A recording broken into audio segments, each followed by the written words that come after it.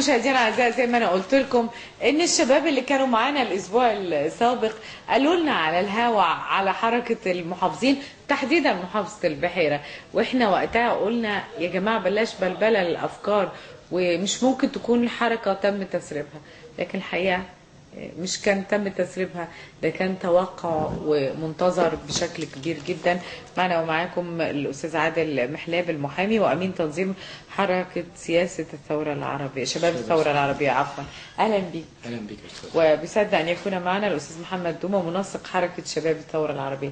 اهلا بيك يا محمد. اهلا بيكم يا شباب. انا بس انا عارفه ان انت من مصابي الثوره، مش كده؟ انت كنت فين يا محمد؟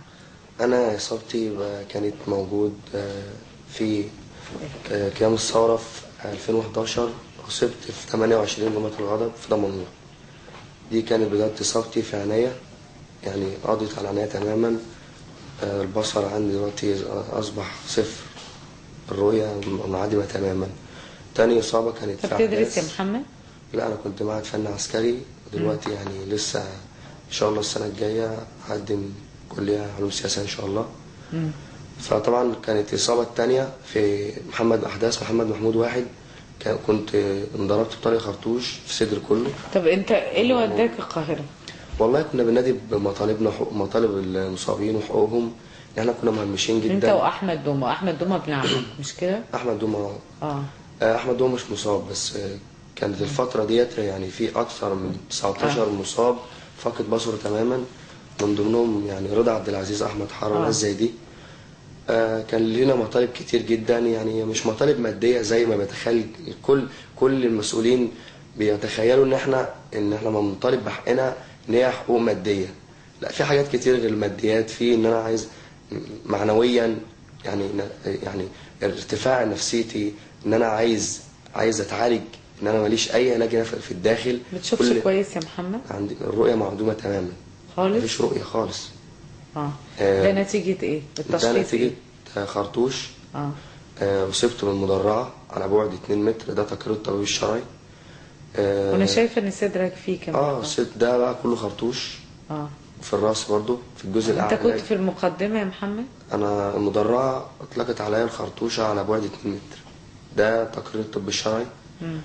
وعندي في العين اليسرى انقطاع في العصب البصري وانفجار في القرنية، يعني العين اليسرى اللي راكبه بره دي عدسه زجاجيه، انما القرنيه البشريه فيها انفجار تام. والعين اليمنى حصل فيها تهتك في الشبكيه، وفي ما زال في رصاص موجود في عينيه. كنت عايز ايه يا محمد لما نزلت؟ والله كنا بنطالب باقل الحقوق اللي بيطالب بها اي شاب، ان انا عايز تعليم كويس، عايز اتعالج. مفيش علاج زي ما احنا شايفين، العلاج في المستشفى رديء للغايه، متدني، مفيش تعليم، مفيش شغل. طب الرئيس مرسي انت انتخبته؟ لا، انا بحمد ربنا ان انا ما انتخبتش الرئيس مرسي. الحمد لله، وكنت على يقين جدا ان انا ما انتخبش الراجل ده، لان كنت عارف الناس دي مين، وحذرنا ناس كتير جدا وسعينا، وكانت المقاطعه بتاعتنا ما كانتش سلبيه، كانت ايجابيه. كنا بنوعي الناس بلاش تنتخبوا الناس ديت. بس يلا الحمد لله ربنا، يعني انا بحمد ربنا ان الناس ديت تصدرت المشهد، وصلت لسده الحكم في الفتره ديت، علشان الاقناع تتساقط ونعرفهم على حقيقتهم.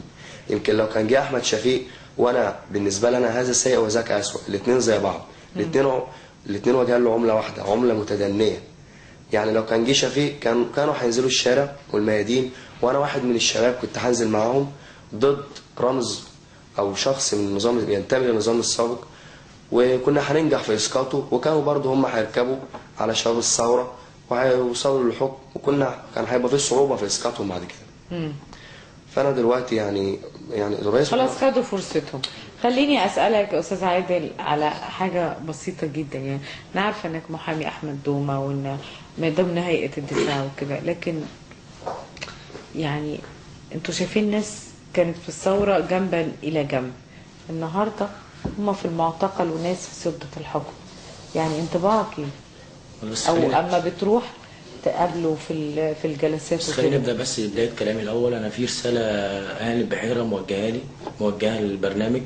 اهالي البحيره بترفض تعيين اسامه سليمان محافظ للبحيره نهائيا، والدليل على ذلك كل يوم من اول ما تولى اسامه سليمان محافظة البحيرة هناك احتجاجات من أهالي البحيرة على أسامة سليمان. انا هسألك السؤال ده بس اصبر عليا، انا كنت عايزه اعرف جبته من الكنترول ازاي يعني. ما انت كنت عندي هنا، لا، أنا قلت انت قلت لي انت قلت لي ان هو المحافظ القادم. كان في موظفين من المحافظة عاملين اعتصام لعدم دخول أسامة سليمان المحافظة نهائيا.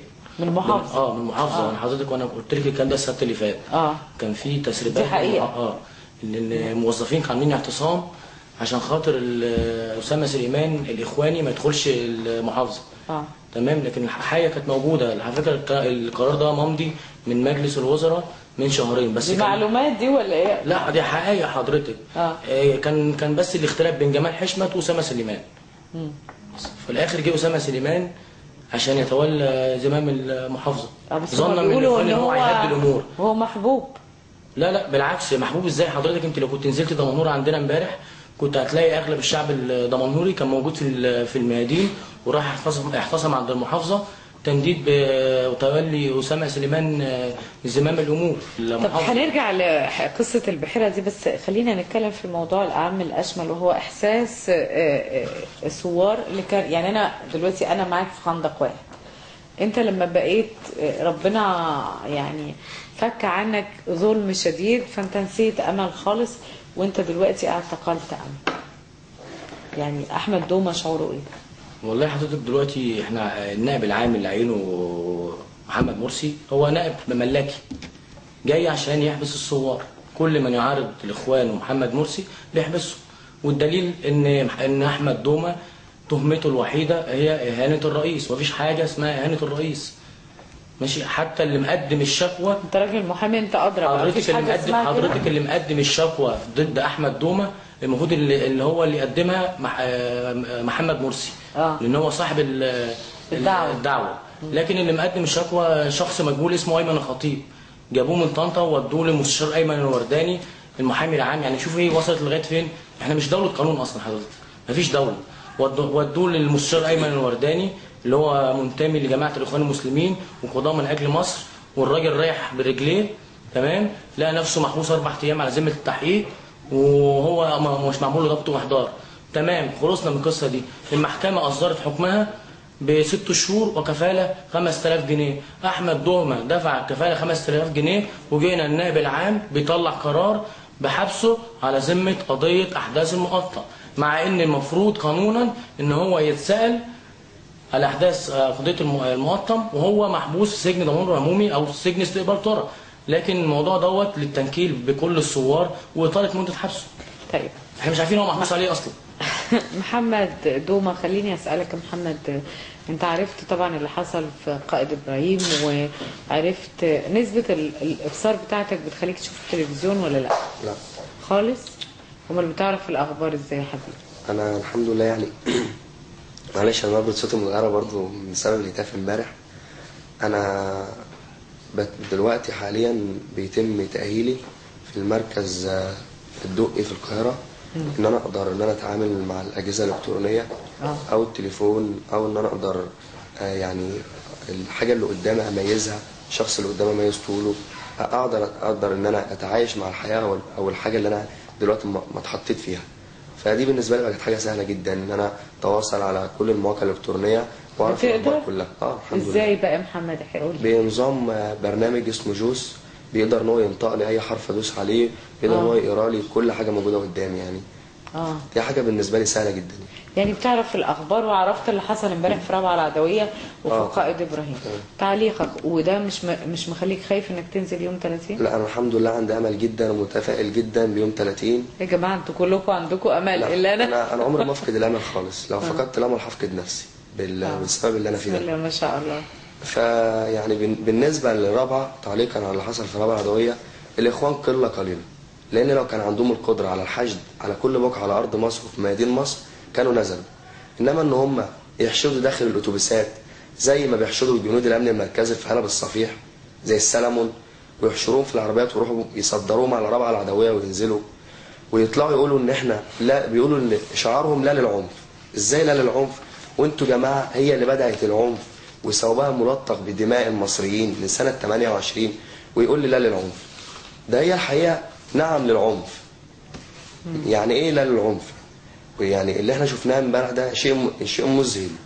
يعني اذا كانوا هم موجودين في الرابعه العدويه، فتوفيق عكاشه اللي احنا كلنا مختلفين معاه سياسيا ونقول ان هو راجل بينافق الانظمه، هو بالنسبه لتوفيق كان حشد اكتر منه. احنا عندنا في البحيره امبارح في دمنهور كان في الاف في دمنهور، انا واحد من الناس نزلت معاهم. نزلت مع انصار عكاشه. بس انا مختلف بس نزلت، لان انا بصراحه بقالنا كتير بنناضل في الشارع البحراوي ما بنخرجش بالاعداد ديت. امبارح كان في اعداد، كان في اعداد كبيره في دمنهور معترضين على تولي اسامه سليمان منصب محافظ البحيره. وانت معترض يا محمد؟ اكيد معترض. يعني اللي انا بس على فكره كل ديت كانت تسريبات في الصحف ان اسامه سليمان قادم لتولي منصب محافظ البحيره، واحنا عندنا علم من زمان جدا ان اسامه سليمان جاي. وانا كنت واحد من الشباب ليا تصريح سابق في الوطن ان انا بطالب بمحافظ اخواني علشان الرؤيه تتضح قدامنا ونعرف احنا بنلاعب مين بالظبط. ما يجيناش واحد منتمي للحزب الوطني وبرضه بينتهك او بيعتنق نفس اسلوب الجماعه وبيطبق وبينفذ كل مطالب اللي هم عايزينها وبيسير على نهجهم. فاحنا عايزين الرؤيه تبقى واضحه ونعرف احنا بنتعامل مع مين، هل مع الحزب الوطني ام مع الاخوان. وانا في رؤيتي ان احنا الاخوان هم جزء كبير جدا من النظام السابق ويفعلون مثلما كان يفعل مبارك وبيسيرون وبيستخدمون نفس السياسه القذره اللي كان بيستخدمها مبارك. خليني اسال بس الاستاذ عادل، هل انتم عاملين تنظيم كده زي ما الاسكندريه عامله، ولا انتوا ناويين تطلعوا في البحيره ولا رايحين القاهره ولا هتعملوا ايه؟ حضرتك احنا قبل ما نيجي البرنامج كان في اجتماع لجبهه الانقاذ وبرضه اللجنه التنسيقيه في حزب التجمع، وكنا حاضرين اجتماع. مين بيرقصها في البحيره؟ حضرتك مين بيرقصها في البحيره؟ لا، جبهه الانقاذ في حاليا دي بتبقى كل دوره لكل حزب او حركه بياخد شهر دوره. اللي حاليا اللي موجود التيار الشعبي، تمام. كان قبل كده التحالف او الجبهه كده. طب والله كويس انهم متفقين في تعاون. احنا هنحدد اللجان، ومن حاليا بنسكر اللجان وهنعمل اعتصام في ميدان الساعه باذن الله. يعني هيعدي يوم 30 وتروحوا لا ولا؟ حضرتك احنا لن نغادر الميادين الا باسقاط نظام مرسي. دي الفرصه الوحيده الموجوده للشعب. طيب اذا الشعب ما نزلش عادي، خلينا بس منطقيين، اذا الشعب الاعداد ما كانتش.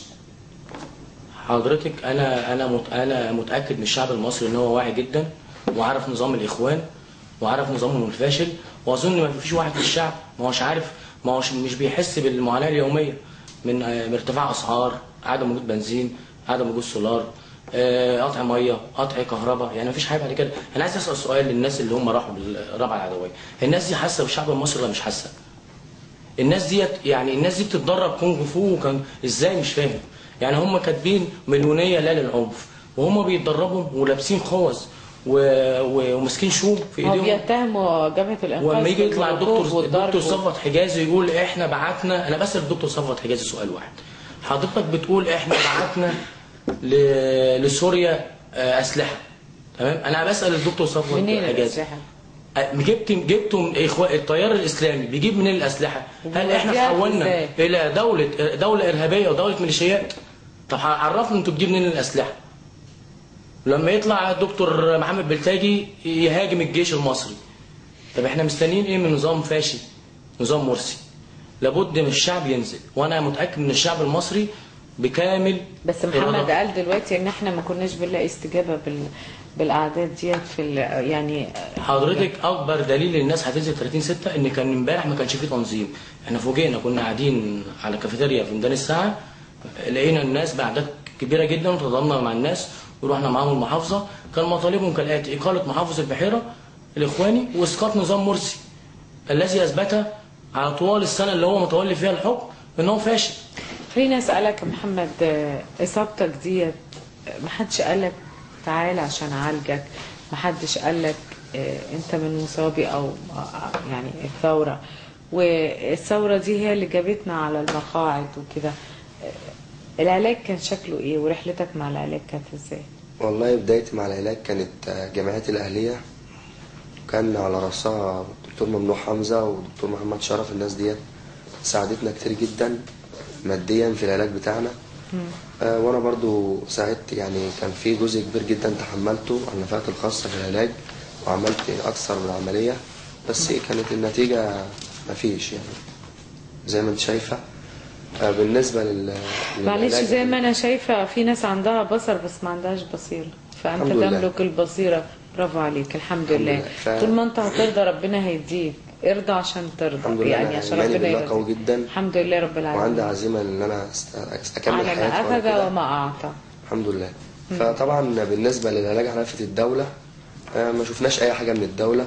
كانت فتره المجلس العسكري، يمكن المجلس العسكري ساعدنا كتير ماديا وان هو عالجنا فتره، انما في نظام الاخوان ووصول الاخوان للحكم ما شفناش اي حاجه. بس في ناس راحت لندن. والله ده اللي راح لندن يعني لما قام في قلب قاعه مجلس الشعب وبكى، اللي هو عضو مجلس الشعب اكرم الشاعر، وبكى وابكى اعضاء مجلس الشعب. لا ابكى الشعب المصري. لا هو ما ابكاش، هو ابكى الشعب لان الشعب المصري بطبيعته متعاطف مع اي حد. وسافر مصعب الشاعر وخد كل مستحقاته، ويعني اللي انا يعني ما فيش حد سافر مصاب الثوره غير المنتمي لجماعه الاخوان المسلمين. ليه الدكتور حراره ما سافر؟ الدكتور حراره سافر على نفقته الخاصه. على نفقته الخاصه. وكان في مساومات ليا من حزب الحريه والعداله بدمنهور. ده على عهدتك انت يا حبيبي. الكلام ده على مسؤوليتي من شريف حشمت. تمام. والاستاذ استاذ رمزي حريف جول لحد بيتي في دوره مجلس الشعب، مجلس النواب السابق المنحل، ان انا اوزع لهم ورق او ان انا اقف جنبا ليهم في الانتخابات وادعمهم مقابل علاجي. والفعل وخد اوراق العلاج كلها. محمد مساومه على العلاج؟ ان هم يعالجوني وان انا ادعمهم. مساومه على العلاج؟ تمام. يعني مساومه على العلاج. انا بقرر لك انا بقول لك الكلام ده على مسؤوليتي ان هم ساوموني على العلاج. وشريف حشمت عارف الكلام ده واوراقي كلها معاه، وانا اتمنى ان هو يكون شايفني دلوقتي انا بقول الكلام ده. ولما انا رفضت تمام دلوقتي بيشوهوني، ويمكن شباب الثوره كلك ونشطاء البحيره يعلمون ان الاخوان يشوهوا محمد دومه يوما تلو الاخر ان انا تاجر. بيصفوني بالتاجر. تاجر في ايه؟ تاجر باصابتي. ايه وجه الاستفاده ان انا استفدته من الاتجار باصابتي؟ ايه؟ يعني لو انا خدت ملايين الدنيا مش هتعوضني عن الجزء المهم اللي راح من جسمي، مش هيعوضني. فانا بس على فكره انا بالنسبه لعينيا انا مش حاطط عينيا خالص نقطه في حياتي. كل اللي انا حاطه قدامي نقطتي اسقاط نظام الاخوان الفاشي الدكتاتور. انا كنت بس عايز قبل ما ننهي الحلقه انهينا الحلقه بالفعل. اتفضل. تمام. عايز بس اوجه للشعب البحراوي، بقول لهم ما تنزلوا، ثورتنا سلميه، ما تخافوش، المعتصمين في الميدان من يوم 28 لغايه يوم 30 لاسقاط نظام مرسي والدعوه للانتخابات الرئاسيه مبكره واسقاط دستور الاخوان يعني وتولي رئيس المحكمه الدستوريه اداره شؤون البلاد لحين اجراء انتخابات رئاسيه مبكره. بس كده اتفضل يا محمد. بالنسبه الشعب المصري بطبيعته يؤمن بالملهم ويؤمن بالزعيم والقائد. يعني الشعب المصري انا تقريبا ان هو مش هيتوافق بتسليم السلطه للمحكمه الدستوريه او باختيار حكومه تكنوقراط. فانا كان في طرحه رابعه وانا طرحتها على اللجنه التنسيقيه وهم قالوا ان هم هيصعدوها للقاهره الا وهي بالتوافق على شخصيه ما لحين يعني ان هم يقودوا الفتره حمدين صباحي النهارده قال ان احنا متفقين على شخصيه ما، بس لسه ما اعلنوش عنها. كده انتهت حلقتنا. بس حاجه انا معلش يا جماعه التتر الخبر اللي هو بتاع تعيين 1000 مستشار ده خبر صحيح؟ لو صح هذا الخبر هذا دليل قاطع ان الاخوان ليس كما يدعون يريدون تطهير القضاء ولكن يريدون اخوانه القضاء.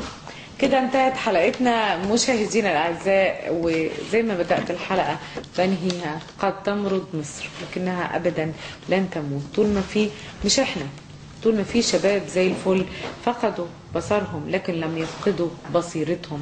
بالفعل القادم اجمل ان شاء الله. طول ما في سواعد مصريه بتموت ويتذهب الارواح في حبك يا مصر. إلى هنا انتهت حلقتنا، والأيام حبالة تلد لنا كل يوم جديد. فإلى لقاء قادم في سبت قادم يترقبه وينتظره ليس المصريين فقط ولكن العالم كله.